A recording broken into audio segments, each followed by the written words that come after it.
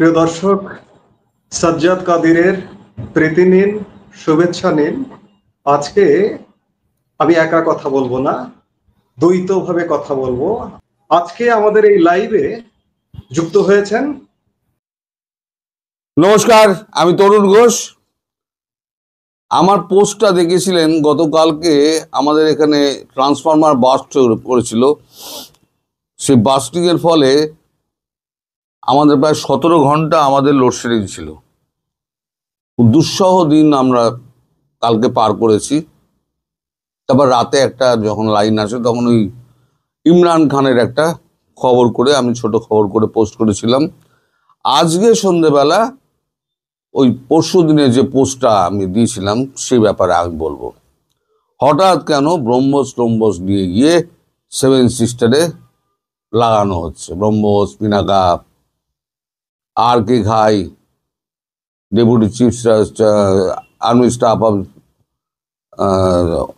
ওনার নাম হচ্ছে R K Ghai. Strategic, এই স্ট্র্যাটেজিক যে ডেপুটি চিফ অফ স্টাফ থাকে না, তিনি সমস্ত যুদ্ধটা পরিচালনা করেন। পুরো যুদ্ধটা ওখানেই ক্যাম্প করেন, ওখানে ক্যাম্প করে ওখানেই পরিচালনা করেন।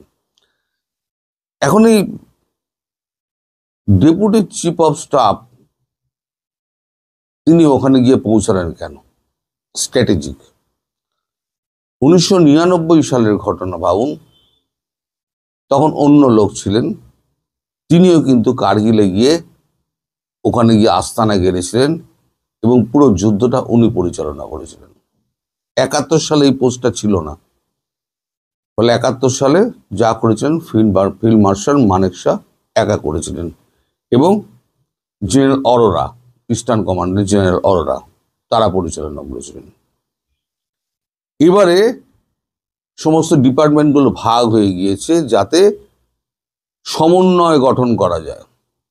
এখন হঠাৎ এই অবস্থা হলো কেন, এটা জানতে হলে আপনাদের একটু পেছন দিকে যেতে হবে। পেছন দিকে বলতে, যখন খলিলুর রহমান যখন আমাদের এখানে আসেন, ওই কলম্বো কনক্লেভে যখন আসেন, সেই সময়তে একটা দ্বিপাক্ষিক বৈঠক ছিল অজিত দোভালের সঙ্গে, এনএসএ। বৈঠকটা ছিল দ্বিপাক্ষিক, কিন্তু মধ্যিখানে আমি বলেছিলাম একবার, আপনাদের বলেছিলাম সার্জিও গোর ওই বৈঠকে উপস্থিত ছিলেন। সার্জিও গোর মারফত মার্কিন কংগ্রেস, আমি আগেও আপনাদের ব্যাখ্যা করেছি যে এখন ট্রাম্পের হাতে ক্ষমতা নেই, এখন ক্ষমতা চলে এসছে জেডি ভান্স, মার্কো রুবিও, মার্কিন কংগ্রেসের হাতে, এবং রিপাবলিকান ডেমোক্র্যাট তারা একসঙ্গে হয়ে কাজ করছে। কারণ ভারতবর্ষকে তাদের সঙ্গে রাখতে হবে।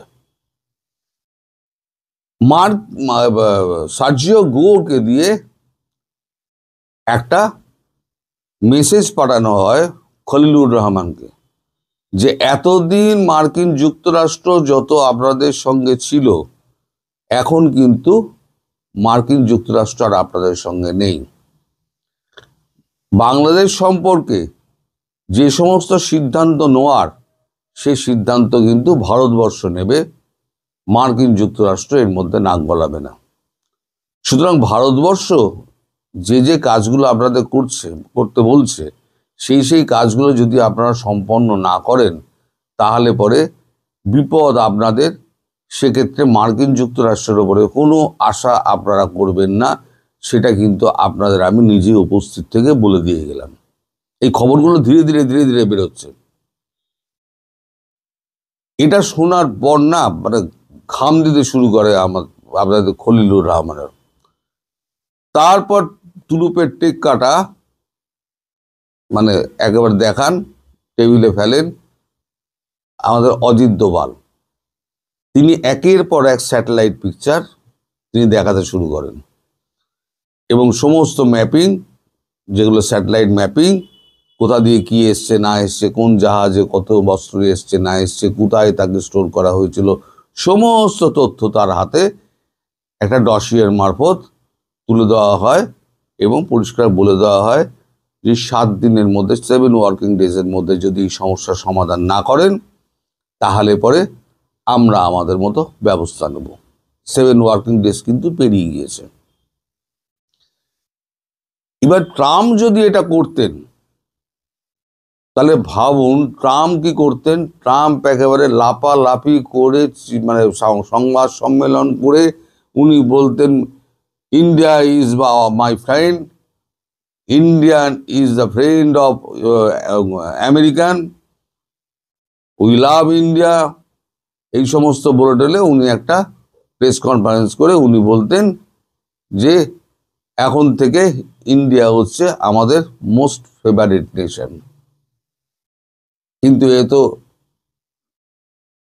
ট্রাম্প নয়, এটা জেডি ভান্স এবং মার্কো রুবিও এবং কংগ্রেস, তারা চুপি চুপি যে বার্তাটা পৌঁছে দিয়েছে লিখিত মাধ্যমে, চুপি চুপি মানে কি, লিখিত মাধ্যমে, ইন্ডিয়া হচ্ছে মোস্ট ফেভারিট নেশন। তার মানে চীনকে দূরত্বে রাখতে গেলে ইন্ডিয়াকে ছাড়া আমাদের কোনো উপায় নেই। এটা আগেও তারা বুঝতো। আমি তো অনেকদিন আগে বলেছিলাম যে মার্কিন যুক্তরাষ্ট্রে বুদ্ধিমান লোকের অভাব নেই। মার্কিন যুক্তরাষ্ট্রে কিন্তু বুদ্ধিমান লোকের অভাব প্রচুর, বুদ্ধিমান লোক কিন্তু প্রচুর রয়েছে। তারা কিন্তু ব্যাপারটা বুঝতে পারছেন যে আমাদের এই চাপ, আর মার্কিন যুক্তরাষ্ট্রের এই চাপ ভারতের প্রতি, এটা চীনের দিকে ঠেলে দিচ্ছে এবং চীন ক্রমশ ভারতের কাছাকাছি চলে আসছে। এছাড়া আর একটা যেটা যুক্তি আছে সেটা হচ্ছে অস্ত্র আমেরিকা চীন থেকে কিনছে, বাংলাদেশও চীন থেকে কেনার কথা বলেছে। কিনবে কি কিনবে না সে তো পরের কথা, বাংলাদেশ কিনছে। ফলে এই যে চীনের ওপরে চোখ টাটানোটা আমেরিকার আরো বেড়ে গেছে। এখন মোস্ট ফেভার্ড নেশন যদি ঘোষণা করে দেয়, মানে লিখিতভাবে যদি দিয়ে দেয়, তাহলে ভারতের সঙ্গে অর্ধেক সমস্যা মিটে গেল এবং বাংলাদেশ থেকে অফিসিয়ালি পা তুলে নিল সার্জিও গোরকে দিয়ে, পরিষ্কার একটা মেসেজ পাঠিয়ে দিয়ে। এবার হলো কি, ওই বৈঠকের ফলপ্রসূ যেটা হচ্ছে, এখন আমাদের এখানে ডিআরডিও পুরো একেবারে চোখ পেতে তাকিয়ে আছে স্যাটেলাইটের দিকে। এটা একটা নাটক করলো কি বাংলাদেশ, নাটক করলো কি 4-5 জায়গায় 2-4টে এরকম ছাউনি ফাউনি ভেঙে টেঙে দিয়ে বলে দিল আমরা আপনাদের শর্ত পূরণ করে দিচ্ছি, এই দেখুন আমরা সন্ত্রাসবাদের বিরুদ্ধে ব্যবস্থা নিচ্ছি। কিন্তু আসল যে কাজগুলো, সন্ত্রাসবাদের বিরুদ্ধে কাজ করার আসল কাজগুলো কিন্তু বাংলাদেশ একটুও করেনি এবং ইউনূস তার জায়গায় কিন্তু একই বহাল তবিয়তে রয়ে গেছে। কি জন্য, কোন সাহসে ইউনূস এটা করছে সেটা কিন্তু কেউ বলতে পারছে না। অতি বড় বুদ্ধিমান মানুষ, অতি বড় কূটনীতিক, অতি বড় বিবেচক, কেউ বলতে পারছে না যে ইউনূস কোন সাহসে কার বলে এটা করছে। পাকিস্তানের অবস্থা খুব খারাপ, পাকিস্তানের কথা কালকেই বলেছি আপনাদের। এখন রাওয়ালপিন্ডি, করাচি, পাঞ্জাব, সিন্ধ, তারপরেতে আপনার ইসলামাবাদ, সর্বত্র এখন বিক্ষোভ হচ্ছে ইমরান খানের ব্যাপার জানার জন্য। ইমরান খানের ব্যাপারে তার ভিডিও প্রকাশ করো, তিনি সুস্থ আছেন কিনা। এখন ঘরে বাইরে পাকিস্তানের যা চাপ, পাকিস্তান তার উপরে আবার আমেরিকা আবার চাপ দিচ্ছে, মার্কো রুবিও চাপ দিচ্ছে শাহবাজ শরীফকে যে তোমাদের সঙ্গে আর আমাদের কোনো সম্পর্ক নেই, চাপ দিচ্ছে। ফলে আমেরিকা পাশ থেকে সরে গিয়েছে পাকিস্তানের। চীন আবার গন্ডগোল করেছে এই কারণে, যেহেতু পাকিস্তান মাঝে আমেরিকার ঘনিষ্ঠ হয়েছিল, তখন চীন বলেছিল যে আচ্ছা বেটা, খাইয়ে দাইয়ে আমি মানুষ করলাম আর তুমি এখন গিয়ে এখন ট্রাম্পের কোলে বসে বললে, খাওয়ালাম আমি, বিয়ারাইতে এত টাকা ঢাললাম, সরি। তো এত কিছু করার পর যখন তোমাদের মন পেলাম না, এখন তো আর আমি তোমাদের সঙ্গে নেই। ফলে চীন গেল, আমেরিকা গেল, পাকিস্তানের নিজের মধ্যে অবস্থা খারাপ, নিজের সংঘর্ষগুলো আগেই বলেছে, আভ্যন্তরীণ সংঘর্ষগুলো, এরপর ইমরান খানের এই অবস্থা। আফগান নিউজ যেটা ফাঁস করে দিয়েছে, সেটা নিয়ে এখনো সরকার কিছু বলছে না। সব মিলিয়ে পাকিস্তান হয়ে গেছে চাপে। তাহলে কার এতে সাহসে ইউনূস এইটা করে যাচ্ছেন সেটা কিন্তু কেউ ধরতে পারছে না। হয়তো ইউনূস জানেন যে আমি তো মরবো, ঠিক আছে, আমি দেশটাকে ধ্বংস করে দিয়ে যাব, এটা ইউনূসের হয়তো হতে পারে। কিন্তু ইউনূস জানেন ইউনূস পালাতে পারবেন না। এখন আমাদের যে এখানে যে ব্রহ্মোস পিনাকা সমস্ত রেডি করা হয়েছে, এবং আমাদের যিনি deputy chief of army staff strategic, তিনি যে পৌঁছে গেছেন নারকে ঘাই, তিনি এবার ওখান থেকে সমস্ত যুদ্ধটা পরিচালনা করবেন। তো কবে শুরু হবে না হবে আমি বলতে পারবো না। আগেও বলেছি আমি জ্যোতিষী না, আমার কাছে কোনো খবর থাকে না। কিন্তু ব্রহ্মোস যখন পৌঁছেছে এবং পিনাকা যখন পৌঁছেছে এবং লঞ্চার যখন পৌঁছেছে, পদাতিক বাহিনী যখন রেডি আছে এবং যখন সেখানে সমস্ত হাসপাতাল এবং স্কুলগুলোকে খালি করে দেওয়া হচ্ছে, তাহলে ধরে নেওয়া হচ্ছে খুব তাড়াতাড়ি একটা বড় অ্যাকশনে যাবে এবং বুটস অন গ্রাউন্ডস হবে, অর্থাৎ ভেতরে সৈন্য ঢুকবে। 7 সিস্টারের ভেতরে সৈন্য ঢুকবে, দিনাজপুর কোচবিহারের দিক দিয়ে সৈন্য ঢুকবে। এখন দেখা যাক, সেটা এখন বাদ কা বাদ, কবে হয় দেখা যাক। তবে খুব শিগগিরই এই ঘটনা ঘটতে চলেছে, খুব শিগগিরই।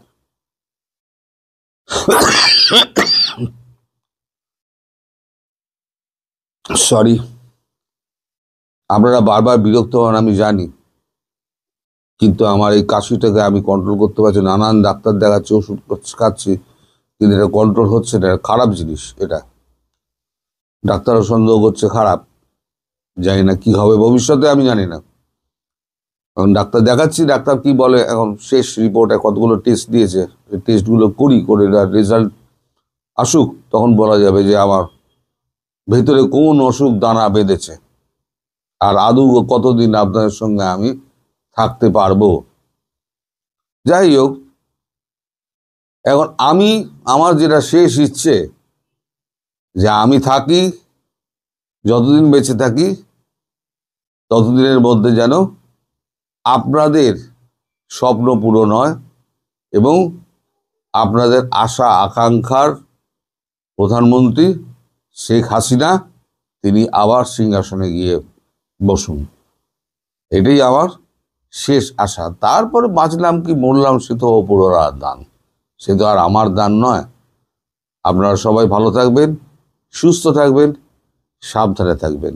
বাংলাদেশের এখন বর্তমান অবস্থা দেখে মনে হচ্ছে বাংলাদেশের জন্য খুবই খারাপ একটি সময় আসতে চলেছে, এবং বাংলাদেশের জনগণ যেগুলো আগে কখনো দেখেনি সেটা বাংলাদেশে ঘটতে চলেছে। কেন বলছি, তার পিছনে অনেক বড় কারণ আছে। প্রথমত, গতকালকে একটি নিউজ ভাইরাল হয়েছে, অনেকেই বলছে গুজব, অনেকেই বলছে সত্য। গতকালকে নাকি পাকিস্তানের মধ্যে পিটিআইর সভাপতি সাবেক প্রধানমন্ত্রী ইমরান খানকে জেলের ভিতর হত্যা করেছে পাকিস্তানি পুলিশরা। সেখানে তার 3 বোন দেখা করতে গিয়েছিল ইমরান খানকে, কিন্তু দেখা করতে দেয়নি, বরং তার 3 বোনকে আটক করে ফেলেছে পাকিস্তানি পুলিশ। কেন এই কথা বলছি, তার পিছনে অনেক রহস্য আছে। প্রথম রহস্য হচ্ছে, পাকিস্তানের মধ্যে বিরোধী যে শক্তিটা আছে সেই শক্তিটাকে এখন চিরতরে একেবারে কবর রচনা করে দেওয়ার চেষ্টা চলছে পাকিস্তানি সেনাবাহিনী এবং শাহবাজ শরীফের সিন্ডিকেট এবং আমেরিকা মিলে। এটা করে ফেলতে পারলে এরপরে হাত দিবে বাংলাদেশে পাকিস্তানপন্থী যে শক্তিটা আছে সেই শক্তির উত্থান কিন্তু অলরেডি শুরু হয়ে গিয়েছে আওয়ামী লীগ সরকার পতনের পরে। এখন তারা চাচ্ছে বাংলাদেশের মধ্যে মুক্তিযুদ্ধের বিরোধী শক্তিকে একেবারে চাঙ্গা করে ফেলতে এবং স্বাধীনতার পক্ষের শক্তি যারা আছে তাদেরকে একেবারে শুয়ে দিতে। সেজন্য দরকার হলে বাংলাদেশে আরেকটি গৃহযুদ্ধ লাগাবে পাকিস্তান। সেদিকেই কিন্তু আগাচ্ছে এই জামাত ইসলামীর যারা এখন আমির আছে, তারা তাদের বক্তব্যের মধ্যেই ক্লিয়ার করে দিচ্ছে বাংলাদেশের মধ্যে নিজামী হচ্ছে অনেক বড় কিছু এবং গোলাম আজম ছিল বাংলাদেশের অনেক বড় কিছু। গোলাম আজম মানেই হচ্ছে বাংলাদেশ, নিজামী মানেই হচ্ছে বাংলাদেশ, আলী মোজাহিদ মানেই হচ্ছে বাংলাদেশ। চট্টগ্রামের শাহজাহান চৌধুরী এসব বক্তব্য অনেকদিন যাবত দিয়ে আসছে। শেখ মুজিব বাংলাদেশের কিছু না, শেখ মুজিব মুক্তিযুদ্ধ করেনি, বাংলাদেশে আবার কিসের মুক্তিযুদ্ধ হয়েছে। তারা এখন বাংলাদেশকে পাকিস্তান করে ফেলার চেষ্টা চালায়। সে কারণে তাদের আগামীতে একটি কাজ করতে হবে, সেটা হচ্ছে ভারতের সাথে বাংলাদেশের একটি ছোট স্কেলে যুদ্ধ লাগাতে হবে। এখন তো বলে কয়ে আর যুদ্ধ হবে না, সে কারণে প্লট তৈরি করছে পাকিস্তান। কিভাবে প্লট তৈরি করছে? বাংলাদেশের আর্মিকে এবং মুক্তিযুদ্ধ বিরোধী শক্তিকে ভারতের বিরুদ্ধে উস্কিয়ে দিচ্ছে এবং বাংলাদেশের মধ্যে জঙ্গি রপ্তানি করে বাংলাদেশের জায়গা ব্যবহার করে ভারতে জঙ্গি হামলা প্ল্যানিং করছে। যখন এই কাজটা করতে সাকসেস হয়ে যাবে পাকিস্তান, বাংলাদেশের জায়গা ব্যবহার করে, ভূমি ব্যবহার করে ভারতের মধ্যে জঙ্গি হামলা চালাবে, তখন ভারত ওটাকে ইস্যু করে সার্জিক্যাল স্ট্রাইক চালিয়ে ফেলবে বাংলাদেশে। তখন বাংলাদেশকে পাকিস্তান বলবে তোমাদেরকে আমি সমর্থন দিচ্ছি, তোমরা একটা অ্যাকশন শুরু করো। তখন একটা ছোট স্কেলে যুদ্ধের সম্ভাবনা শুরু হবে। তখনই হবে পাকিস্তানের মেইন খেলা। বাংলাদেশের জনগণকে উস্কিয়ে দিবে যে আমরা পাকিস্তান এবং বাংলাদেশ এক, এই ভারতীয় ষড়যন্ত্র করে বাংলাদেশ এবং পাকিস্তানকে আলাদা করেছিল। এখন আমরা আবার একত্রিত হয়ে ভারতের সাথে যুদ্ধ করব। এটাই তাদের মেইন প্ল্যানিং। অলরেডি কিন্তু ডক্টর ইউনূসকে কনভিন্স করে ফেলেছে। ডক্টর ইউনূসও কিন্তু ভারতের সাথে ডাইরেক্ট এন্ট্রি হয়ে সকল কাজ করছে। ভারত থেকে এখন চাল আমদানি করছে না, সিঙ্গাপুর থেকে চাউল আমদানি করছে। ভারতের সাথে সম্পর্ক দিনকে দিন খারাপ করে ফেলছে ডক্টর ইউনূস। ডক্টর ইউনূসের কথা হচ্ছে আমি আর বাঁচবো কতদিন, বাঁচার আগে একটা খেলা খেলে যায় ভারতের সাথে। সে কারণে পাকিস্তানের সাথে দিনকে দিন ভালো সম্পর্ক করছে। এদিক দিয়ে সাপোর্ট পাচ্ছে ওয়াকারুজ্জামানের কাছ থেকেও, বিএনপির কাছ থেকেও, এবং জামাত ইসলামী তো সম্পূর্ণরূপে সাপোর্ট দিচ্ছে ডক্টর ইউনূসকে। কিন্তু এটা ভুলে গিয়েছে বাংলাদেশে আরো 50% মানুষ বসবাস করে। বাংলাদেশে আরো 50% মানুষ বাংলাদেশ আওয়ামী লীগকে ভালোবাসে। 70 থেকে 80% মানুষ বাংলাদেশে মুক্তিযুদ্ধের সপক্ষের শক্তি। ওদেরকে বাদ দিয়ে আপনি পাকিস্তানের সাথে আতত করে ভারতের সাথে যুদ্ধ করবেন, বাংলাদেশের মধ্যে গৃহযুদ্ধ লাগিয়ে দিবেন এবং বাংলাদেশের সকল কিছু অর্থনীতি ধ্বংস করে দিবেন। বাংলাদেশের 70 থেকে 80% মুক্তিযুদ্ধের সপক্ষের মানুষ কি চুপচাপ বসে থাকবে? আপনারা যদি গৃহযুদ্ধ বাংলাদেশে লাগিয়েও দেন, মনে হয় আপনারা টিকবেন? মুক্তিযুদ্ধের সপক্ষের শক্তিদেরকে কি ভারত অস্ত্র দিবে না? পাকিস্তান যদি রাজাকারদের নাতিপুতিদেরকে অস্ত্র দেয়, পাকিস্তান যদি মুক্তিযুদ্ধ বিরোধীদেরকে অস্ত্র দেয়, তাহলে ভারতও মুক্তিযুদ্ধের সপক্ষে শক্তি যারা আছে তাদেরকে অস্ত্র দিবে। যদি সেদিকে আপনারা বাংলাদেশের পরিস্থিতিকে ধাবিত করেন। কিন্তু যে ভয়ঙ্কর আগাম বার্তা আমরা সকল দিক থেকে শুনতে পাচ্ছি, দেখতে পাচ্ছি, মনে হচ্ছে আগামীতে সেটা ছাড়া মুক্তিযুদ্ধের সপক্ষে শক্তি বাংলাদেশে ফিরে আসা সম্ভব হবে না। কারণ মুক্তিযুদ্ধের সপক্ষে শক্তি যদি ফিরে আসতে হয়, আগামীতে সশস্ত্র আন্দোলনের মাধ্যমে ফিরে আসতে হবে। কারণ আপনারা তো এখন কোনো কথা বললেই বলেন আওয়ামী লীগের দোসর, কোনো কথা বললেই বলেন এই ফেসিস্ট। মানে মুক্তিযুদ্ধের পক্ষে কোনো কথা বলাই যাবে না।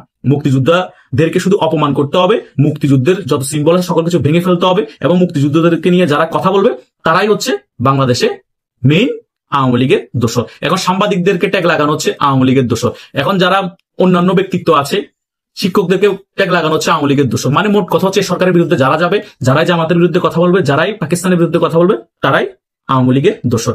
এভাবে করে গৃহযুদ্ধ পরিস্থিতি তৈরি করে কোনো লাভ হবে না। বরং আপনারা 1971 সালের পরে যে সুযোগ সুবিধাটা পেয়েছিলেন, রাজনীতি করার অধিকার পেয়েছিলেন, আপনাদেরকে বঙ্গবন্ধু বিচার না করে সকলকে সাধারণ ক্ষমা করে দিয়েছিলেন, সেটা কিন্তু আগামী তার ঘটবে না। চিরতরে বাংলাদেশে আপনাদের সমাধি হয়ে যাবে এই সকল বিষয়ের কারণে। আপনারা এটা ভালো করেই জানেন। সে কারণে বাংলাদেশে একটা গৃহযুদ্ধ লাগাতে চাচ্ছেন। আর বাংলাদেশে গৃহযুদ্ধ লাগাতে না পারলেও ভারতের সাথে একটা যুদ্ধ লাগিয়ে আপনারা মুক্তিযুদ্ধ সাজতে চাচ্ছেন। কারণ 1971 সালে আপনারা যেভাবে হেরেছেন, এখন আপনাদেরকে সবাই রাজাকার বলে, সেটা এখন সহ্য করতে পারছেন না। এখন ভারতের সাথে একটা যুদ্ধ করে মুক্তিযুদ্ধদেরকে বানিয়ে দিয়ে যাচ্ছেন রাজাকার, আপনারা হয়ে যেতে যাচ্ছেন মুক্তিযোদ্ধা, এবং পাকিস্তানের সাথে আপনারা একত্রিত হয়ে একটা দেশ গঠন করতে যাচ্ছেন আবার আগের মতো। ভাই, এগুলো কখনো সম্ভব না। পাকিস্তান নিজেরাই খাইতে পায় না। পাকিস্তানের নিজেদের অনেক প্রদেশ স্বাধীনতা অর্জনের জন্য বসে আছে, আর বাংলাদেশ তো দূর কি বাদ, কথা বুঝেন নাই? বাংলাদেশকে যদি ভারত চাইতো 1971 সালের পরে বাংলাদেশের সকল কিছুই ভারত দখল করে ফেলতে পারতো এবং অঙ্গরাজ্য বানিয়ে ফেলতে পারতো ভারত কিন্তু সেটা করেনি, এখনো সেটা করতে চাচ্ছে না। ভারত চাচ্ছে এটা একটা ছোট দেশ, আমাদের পেটের ভিতরে আছে, আমরা ডোমিনেট করে রাখি, আমাদের আয়ত্তের ভিতরে থাকুক, যাতে বহির কোনো দেশ এখানে ছড়ি ঘুরাতে না পারে, আমাদের উপরে কথা বলতে না পারে। সেটাই শুধু ভারতের চাওয়া পাওয়া। বড় ভাই হিসেবে তো ছোট ভাইকে শাসন করবেই, তার মানে যে ভারত সকল কিছু বাংলাদেশ থেকে নিয়ে যাচ্ছে, খেয়ে ফেলেছে, বেঁচে দিয়েছে আওয়ামী লীগ সরকার, সম্পূর্ণরূপে ভুল ছিল। তাই এখন বিএনপি বলেন, ডক্টর ইউনূস গং বলেন, এই জামাত ইসলামী বলেন, মুক্তিযুদ্ধের বিরুদ্ধে শক্তি যারা আছে তারা যে ট্র্যাকে যাচ্ছে, সেটা কিন্তু খুবই ভয়াবহ পরিস্থিতির দিকে নিয়ে যাচ্ছে বাংলাদেশকে। আগামীতে কি ভয়াবহ পরিস্থিতি হবে বাংলাদেশের কল্পনা করতে পারবেন না। এখন আরেকটা ভয়াবহ সিদ্ধান্ত নিয়েছে, আওয়ামী লীগকে ছাড়া আগামীতে নির্বাচন করে ফেলতেছে এই ডক্টর ইউনূস সরকার। এবং জাতীয় পার্টিও কিন্তু নির্বাচন আসতে চেয়েছিল, কিন্তু জাতীয় পার্টিও কমনওয়েলথের মহাসচিবকে ক্লিয়ার করে বলে দিয়েছে আওয়ামী লীগ ছাড়া আমরা নির্বাচনে যাব না। এটাই হচ্ছে মেইন ডিসিশন। কারণ বাংলাদেশে 60 থেকে 70% মানুষ মুক্তিযুদ্ধ সপক্ষ শক্তি, 50 থেকে 60% মানুষ জাতীয় পার্টি এবং আওয়ামী লীগ করে। তাদেরকে ছাড়া কিভাবে নির্বাচন করে একটু আমরাও দেখি না কত পার্সেন্ট ভোট পড়ে। সত্যিকার অর্থে 10 থেকে 15% বা 20 থেকে 25% বেশি ভোট পড়বে না আওয়ামী লীগ এবং জাতীয় পার্টি যদি নির্বাচনে না যায়। তারপর তারা বাড়িয়ে দেখার চেষ্টা করবে। এখন বিএনপিও নিরুপায়, 19 বছর ক্ষমতার বাইরে। এখন আওয়ামী লীগ ছাড়া নির্বাচন করে যদি 200 আসনের উপরে পেয়ে যায়, তাহলে তারা অনেকদিন ক্ষমতায় থাকতে পারবে। 10-15 বছর আওয়ামী লীগের মধ্যে স্টিম রোলার চালিয়ে বা ফেসিস্ট হয়ে লাভ কি? যে লাও সেই কদু। তাই বাংলাদেশটাকে একেবারেই ধ্বংসের পাই তারা একেবারেই ধ্বংসের দিকে নিয়ে যাচ্ছে এই ডক্টর ইউনূস সরকার, পাকিস্তান সিন্ডিকেট এবং এই ওয়াকারুজ্জামান সেনাবাহিনীর প্রধান মিলে। দুঃখই বাংলাদেশের আগামীর ভবিষ্যৎ দেখে, কারণ আগামীর প্রজন্ম একেবারেই ধ্বংসের পথে। আগামীর প্রজন্ম একটি অন্ধকারচ্ছন্ন বাংলাদেশ দেখতে যাচ্ছে। আশা করছি সকল বিষয় বুঝতে পেরেছেন।